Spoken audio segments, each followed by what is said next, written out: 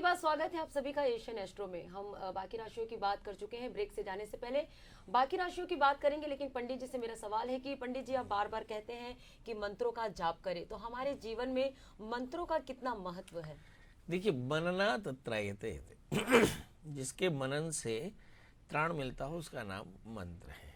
तो जब कभी भी आप मंत्र का जप करते हैं, इसका मतलब ये है कि आपके विचलित मन को एकाग्रता मिलती है, आपके अंदर में जो आत्मशक्ति है वो एकाग्र होती है, आपके अंदर में संकल्प है वो पुष्ट होता है। और आप इसको हम आगे चल कर के साइंस में सेल्फ हिप्नोसिस बोलते हैं। जैसे हम मंत्र पढ़ते हैं ओम नमः शिवाय, तो इस तंत्र के नज़रिए से हम देखें तो मंत्र जब ध्यान धारणा अनुष्ठान, तो जब हम पढ़ते हैं ओम नमः शिवाय तो हम मंत्र पढ़ते हैं और ध्यान करते हैं शिव जो कैलाश पर बैठे, मैं उनके चरणों पर बैठकर उन्हें प्रणाम कर रहा हूँ और भगवान मुझ पर कृपा करें, ये धारणा हुई। तो इस तरह से अगर हम मंत्र का जप करें तो हम एकाग्र हो जाते हैं, भगवान के करीब हो जाते हैं और हमारी बहुत सारी परेशानियां दूर हो जाती हैं। इसलिए मनना तत्रायते थी, मंत्र जो मन ही मनयो मनुष्याणाम कारणम बद्ध मोक्ष, मन जो है सारे कष्टों की जड़ है। और अगर मन के विचलन को यदि कोई एकाग्र कर देवे तो आपकी परेशानियां वैसे दूर हो जाएंगी। इसलिए मंत्र जो है वो आपके मन के विचलन को दूर करके और आपके जीवन को मुक्ति दिलाता है, सिद्धि दिलाता है। जी बिल्कुल, हमने जाना कि मंत्र का जाप क्यों करना चाहिए। अब बात कर लेते हैं बाकी बच्चे शेष राशियों की। तो सबसे पहले बात करेंगे वृश्चिक राशि के बारे में। अब वृश्चिक राशि वाले जातकों के लिए देखते हैं कि भाई मंगल तो चतुर्थ स्थान में बैठे हैं तो खूब ज़बरदस्त सामाजिक प्रतिष्ठा है। शनि चतुर्थस्थ है तो सामाजिक प्रतिष्ठा भी बढ़िया है, लोग आपको न्यायशील मानते हैं। इस समय अगर हम शुक्र राहु को देखें तो ऐसा लगता है कि 5वें स्थान में शुक्र राहु बैठे, एकाग्रता तो बिल्कुल नहीं है। सूर्य बुध होने के कारण अपयश की संभावनाओं से मन परेशान रहता है। शुक्र होने के कारण आर्थिक रूप से थोड़ी सी चिंताएं रहती हैं, लाइफ पार्टनर की चिंता रहती है। यहाँ पर अब देखें कि वृश्चिक राशि वाले जातकों के लिए बहुत अच्छी बात है कि 7वें स्थान में चंद्रमा है। कुछ लोगों की लव लाइफ की शुरुआत के अच्छे इंडिकेशन है। यदि आपकी शादी करनी हो और शादी ना हो रही हो तो आज बात कर सकते हैं। 5वें 6ठे स्थान में संतान के सेहत की चिंता या फिर रोजी रोजगार की चिंता आपको परेशान कर रही है। अब सवाल है करना क्या चाहिए। अब मुझे ऐसा लगता है कि पाँच ग्रह जब एक साथ 5वीं और 6वीं बैठ जाए नेक्स्ट होकर के, तो ऐसी स्थिति में आप दुर्गा कवच का पाठ कर लें, कीले कवच अर्गला का पाठ कर लें, नवाण मंत्र का जप करें और थोड़े से दूध से बनी मिठाइयों का भोग लगाएं तो फिर आज का दिन बेहतर होगा। जी बिल्कुल, हमने बात की वृश्चिक राशि के बारे में। अब बात कर लेते हैं धनु राशि के बारे में। धनु राशि के स्वामी बृहस्पति है और बृहस्पति इन दिनों मेष राशि में होकर बैठे हैं और यहाँ पर बैठ करके वो धनु राशि के अपने लग्न को सुरक्षित करते हैं। इसका मतलब ये हुआ कि लग्न के सुरक्षित होने से धनु राशि वाले जातक स्वास्थ्य के नज़रिए से काफ़ी अच्छे रहेंगे। मगर जहाँ तक सवाल पेशेंस का है, तीसरे स्थान में मंगल है, एनर्जी बहुत ज़्यादा है और शनि है तो एरोगेंस भी बहुत ज़्यादा होगा। तो इस एरोगेंस से बचें और एनर्जी को सही तरह से चैनलाइज करें और अच्छे कामों में लगे रहें। इस समय 4थे स्थान में राहु है, सामाजिक अप्रतिष्ठा की संभावनाओं से बिल्कुल इनकार नहीं। क्या करना चाहिए, तो ऐसा लिखा है कि आज शिव और शिवा की पूजा करें और यह शिव मंदिर में जाएं और भगवान शिव को दूध से अभिषेक कराएं, माता को प्रणाम करें तो आज का दिन बेहतर होगा। जी बिल्कुल, ये तो रही धनु राशि के बारे में। अब बात कर लेते हैं मकर राशि के बारे में।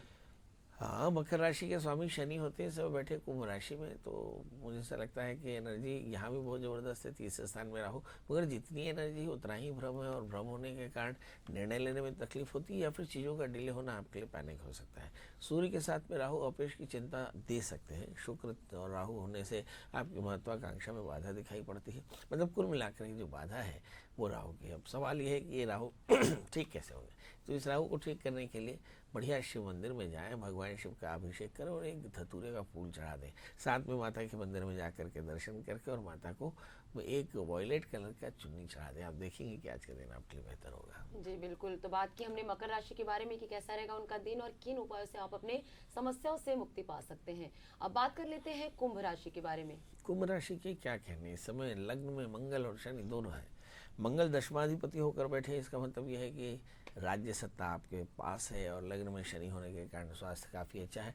शनि और मंगल की युति होने से ऐसा लिखा है कि मंगल अगर शनि के साथ में हो तो मंगल की जो वृत्ति है वो सहस्त्राधिक परिवर्तित हो जाती है। इसका मतलब 1000 गुना मंगल जो है वो अग्रेसिव है। मतलब वाणी पर संयम रखना, स्पीड पर कंट्रोल रखना और किसी प्रकार की बातों से बचा कर रखना बहुत जरूरी होगा। एक और प्लैनेट है जो 8वें स्थान में केतु बैठा है, जो आपको बेवजह बड़े एक्सीडेंट्स करा सकता है। तो कोशिश करें बेवजह की बातों से बचें, एक्सीडेंट से बचें, और इसके लिए गाय को गुड़ और रोटी खिला करके दिन की शुरुआत करेंगे तो दिन बेहतर होगा। जी बिल्कुल, बात की हमने कुंभ राशि के बारे में, अब बात कर लेते हैं 12वीं राशि यानी मीन राशि के बारे में।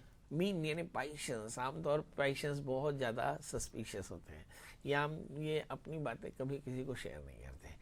आज भी हम देखते हैं कि इतनी परेशानी है कि सूर्य बुध राहु शुक्र, बहुत तरह की इनसिक्योरिटी है, बहुत तरह का डिलीमा है, मगर ये जनरली किसी को अपनी बात शेयर करते नहीं। 12वें स्थान में शनि भी है, खर्च भी बढ़ा हुआ है।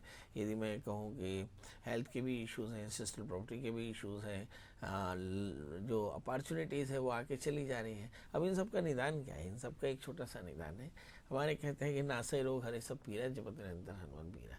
आज बढ़िया हनुमान जी का दर्शन कर लें, हनुमान चालीसा का पाठ करें, हनुमान बाबा को गुड़ और चने का भोग लगाकर दिन की शुरुआत करें तो दिन बेहतर होगा। जी बिल्कुल, तो आज हमने जाना आज के पंचांग के बारे में, साथ ही 12 राशिफल के बारे में चर्चा की। इसके अलावा हमने जाना कि शक्ति की उपासना क्यों करनी चाहिए व्यक्ति को। पंडित जी से हमने समझने की कोशिश की और आपको समझाने की कोशिश की। पंडित जी बहुत बहुत शुक्रिया कि आपने इतने विस्तार से चर्चा की और जानकारी दी। कल हम बात करेंगे शक्ति की उपासना क्यों करनी चाहिए, माता दुर्गा के 5वें स्वरूप की। जी, प्रथमम शैलपुत्री, द्वितीयम ब्रह्मचारिणी, तृतीयम चंद्रमंडेति, कुष्मांडेति, चतुर्थम पंचमम स्कंदमातेति।